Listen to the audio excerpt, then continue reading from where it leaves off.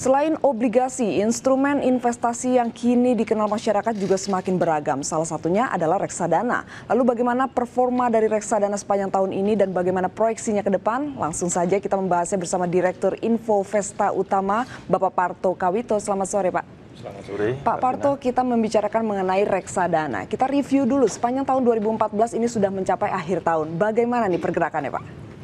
Ya, tahun ini sangat mengembirakan.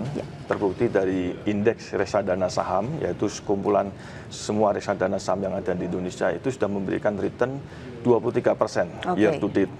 Kemudian untuk reksadana campuran sekitar 14% dan untuk reksadana pendapatan tetap sekitar 6,6%. Ini jauh melebihi benchmarknya masing-masing. Jadi jarang-jarang kita lihat bahwa kinerja para fund manager kita ini bisa mengungguli indeksnya, tapi kali ini mereka bisa berbuat yang terbaik. Oke, ini sebagai bukti berarti para investor baik dari masyarakat luas ini sudah mulai memiliki reksadana seperti itu, Pak? Ya, itu terbukti dari pertumbuhan unit penyertaan sekitar 10,6% year to date ya, dari awal tahun hingga Oktober. Dan pertumbuhan dana kelolaan itu tumbuh sekitar 14%, menjadi sekitar 212 triliun rupiah. Oke, sebagai informasi mungkin Pak, kira-kira reksadana atau instrumen apa sih yang paling dipilih para investor untuk memiliki risiko yang begitu minim namun keuntungannya cukup lumayan?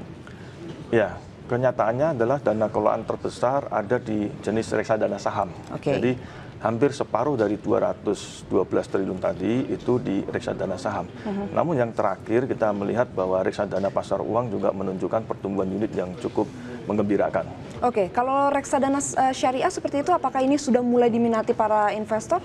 Ya, reksadana syariah juga cukup diminati, namun masih kalah dibanding reksadana biasa. Pertumbuhan unit penyertaannya hanya sekitar 7% year to date.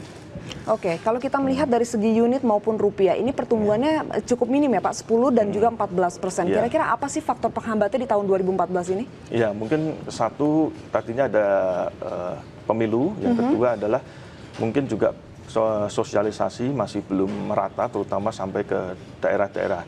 Dan ketiga mungkin melihat bahwa beberapa investasi yang kurang proper itu disamaratakan dengan investasi di pasar modal gitu. Tapi kan Bursa Efek Indonesia kini meluncurkan program bernama Genta Pasar Modal atau sosialisasi lebih lanjut bagi masyarakat kaum muda nih untuk berinvestasi di reksadana. Bagaimana kira-kira prospeknya ke depan nih Pak? Ya, memang kaum muda yang paling terbuka terhadap suatu perubahan ya, dan itu sangat tepat. Namun perlu diingat juga bahwa yang pegang uang kan orang tuanya ya, jadi lebih banyak kita juga harus menyasar yang muda, yang sudah kira-kira bekerja mungkin 5-10 tahun, jadi mereka sangat mempunyai daya beli dan juga keluarga muda mempunyai rencana yang bisa dicapai dengan instrumen reksadana. Oke, tapi kalau kita melihat pembidikan dari segmen kaum muda seperti ini, kira-kira mampu memberikan kontribusi berapa kira-kira untuk pendapatan dari reksadana sendiri?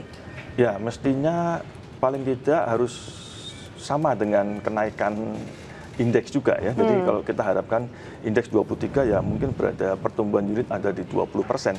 Dan juga jumlah itu perlu bahwa jumlahnya pemodal itu meningkat serta merata dalam hal geografis. Jadi merata sampai ke luar daerah. Oke, Pak Parto, kita ketahui di akhir tahun ini pemerintah akan segera menaikkan harga BBM bersubsidi. Seberapa besar dampaknya terhadap kinerja atau industri reksadana di dalam negeri sendiri?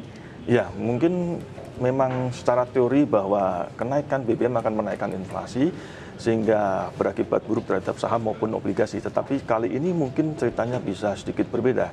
Karena satu, pelaku pasar malah menginginkan ya untuk kenaikan itu karena bisa dialihkan ke hal-hal yang lebih positif dan tepat sasaran. Kedua, kenaikannya sudah diantisipasi gitu. Jadi kemungkinan malah ada terjadi euforia ya, sehingga kita perkirakan tahun depan masih positif. Oke, kira-kira untuk obligasi sendiri bagaimana? Kalau reksadana mungkin masih positif. Obligasi sendiri bagi para investor dengan adanya kenaikan harga BBM? Obligasi pasti terkena ya, terutama untuk yang jangka panjang. Ya. Tapi Anda bisa bergeser lebih ke arah yang jangka pendek. Ya. Tapi akan mempengaruhi return nggak sih Pak kalau dengan adanya sentimen-sentimen dari dalam negeri seperti ini? Iya, tentu saja. Karena yieldnya akan naik dan harga obligasi akan turun.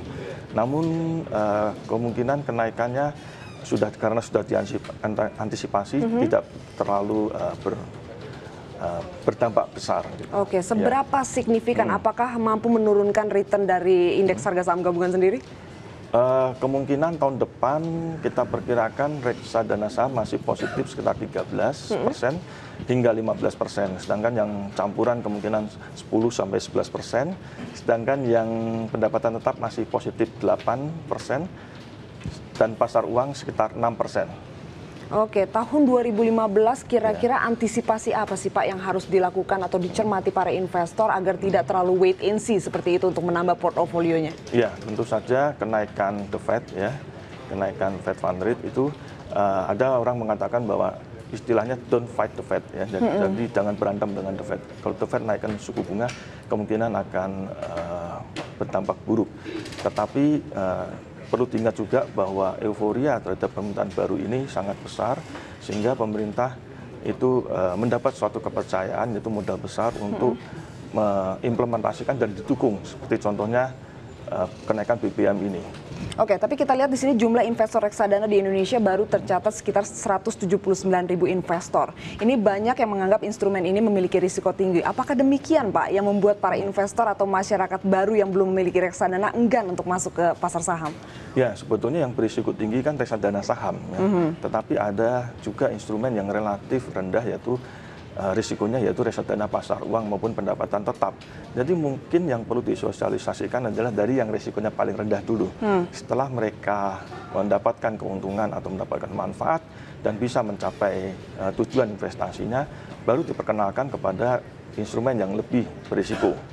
Oke, misalnya dari segi broker atau perusahaan, apa yang harus diantisipasi untuk melakukan penghindaran dari tantangan-tantangan tersebut? Ya, tentu saja broker satu harus meningkatkan sumber daya manusianya, ya, bukan hanya di pusat, tapi juga sampai ke daerah. Jadi banyak yang even penjual itu belum memiliki license atau pengetahuan yang cukup. Kemudian bahwa learning itu harus terus-terusan dan mereka harus keep informed terhadap berita-berita sehingga bisa menjelaskan. Kalau penjelasannya kurang, investor menangkap hal itu. Oke, kalau dari daerah sendiri bagaimana sih Pak? Kalau ibu kota mungkin banyak masyarakat yang sudah memiliki reksadana. Kalau dari daerah sendiri bagaimana? Sangat kurang. Ya, mereka menganggap bahwa reksadana itu menghasilkan return tetap, gitu ya. Jadi atau dengan risiko yang minim atau sangat besar sekali bahkan, sehingga mereka misinformation seperti itu.